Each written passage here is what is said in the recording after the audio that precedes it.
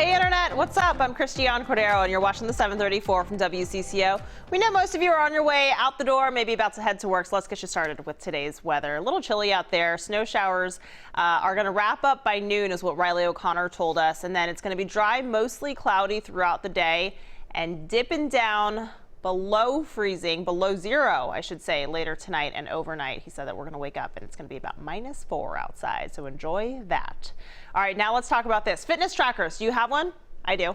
We're talking about Fitbits, Apple Watches. New research suggests about 1 in 5 American adults wear a fitness tracker or a smartwatch. You can actually make money by using one. Some companies offer incentive programs. So we want to know, do you use a fitness tracker? Do incentives help motivate you? Specifically, Walgreens and Dick's Sporting Goods, if you meet your daily step goals, then they will give you certain money back to spend at those stores. So does that help? Does something else help? Do you like them? Do you not? What do you think? Those watching on Facebook, go ahead and leave a comment and we'll get through a few of those in a moment right after the news. And the news, there's a lot of it today. Democrats got on stage for the last time before the first round of votes are cast in the 2020 election. Can you believe it? Election season is here. We're in full swing. We heard a lot of pre-debate chatter about a coming fight between Senators Bernie Sanders and Elizabeth Warren. Warren claiming that Sanders told her in 2018 that a woman cannot win the presidential election.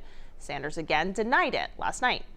How could anybody in a million years not believe that a woman could become president of the United States? What did you think when Senator Sanders told you a woman could not win the election?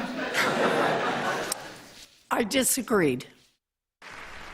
Warren did not press the issue much after that, but cameras caught this awkward moment after the debate. Warren appears to refuse to shake Sanders' hand. It's unclear what was said there. Minnesota Senator Amy Klobuchar is polling 5th in Iowa right now. During the debate, she hammered home that she's won every race, every time. Here's what she said post-debate. While a lot of people have talking points about how they can win, I actually have the receipt. I actually have done it time and time again. The Iowa caucus now less than 3 weeks away. President Donald Trump rallied his own supporters, though, last night in Milwaukee. Check it out. And then our opponents say, we're not going to win. Let's impeach President Trump. Let's impeach him. Got the greatest economy in our history. Our military has been totally rebuilt. Let's impeach him. It was the president's third campaign event of 2020. President Trump won Wisconsin's 10 electoral votes in 2016 against Hillary Clinton by fewer than 23,000 votes. The president also revealed he will sign phase 1 of the U.S.-China trade agreement today. To Capitol Hill now, where the House of Representatives is expected to vote today to send the articles of impeachment against President Trump to the Senate. House Speaker Nancy Pelosi also plans to name House managers to oversee the impeachment trial. That is likely to begin next week. This story almost doesn't seem real, but it sure is. A Delta plane bound for China dumped fuel onto a group of children. The plane had an engine problem just after takeoff from LAX. The pilots turned around and dumped a bunch of fuel before making an emergency landing. The fuel rained down for about 20 children at a school playground. Now, FAA has guidelines for this. Pilots are supposed to dump fuel as far from heavily populated areas as possible and only in an emergency. Officials at MSP International are apologizing to a Native American traveler who says a TSA agent treated her offensively. Tara Huska is a well-known indigenous rights activist attorney.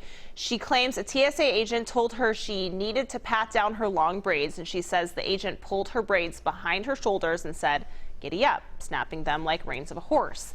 The TSA says it is investigating. Union snowplow drivers in St. Louis County walked off the job this morning. This is in northern Minnesota, including Duluth.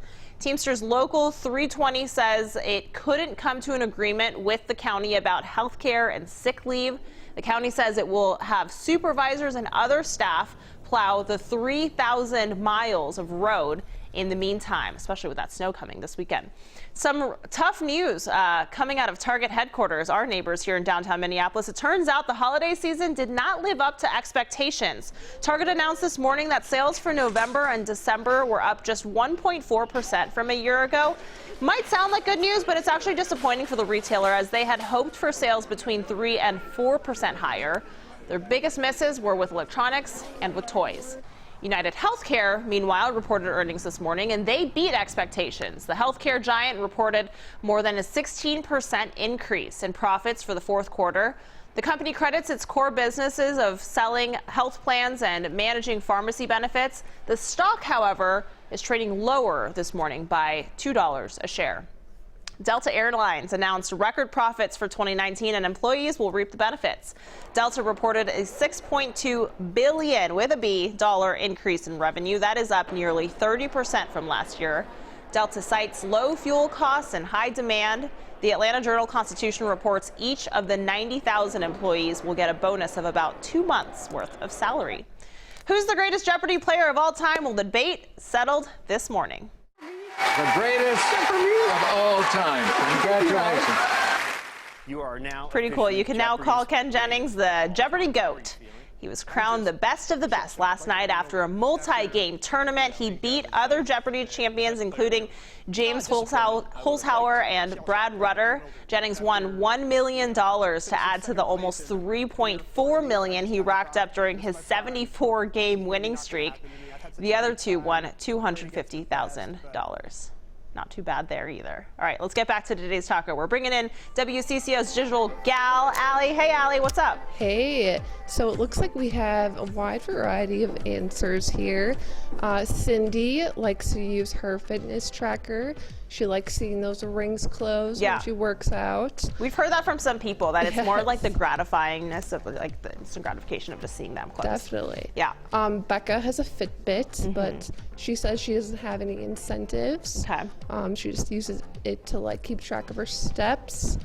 Rhonda says she does not have a Fitbit. No. Sometimes I spoke with somebody yesterday who was like, I don't want more things to pay attention to. Yeah. I just kind of want to go by feel. Like, I have an Apple Watch, but I always forget to like put it on. Okay. You need to put it on in order for it to work. Cool. Thanks, Allie. Appreciate it. That's it for now. This is the 734 from WCCO, when most of the Twin Cities are on the go. So go ahead and make us your place for mobile news. We'll be back here tomorrow at 7:34, and until then, be nice to each other out on the internet.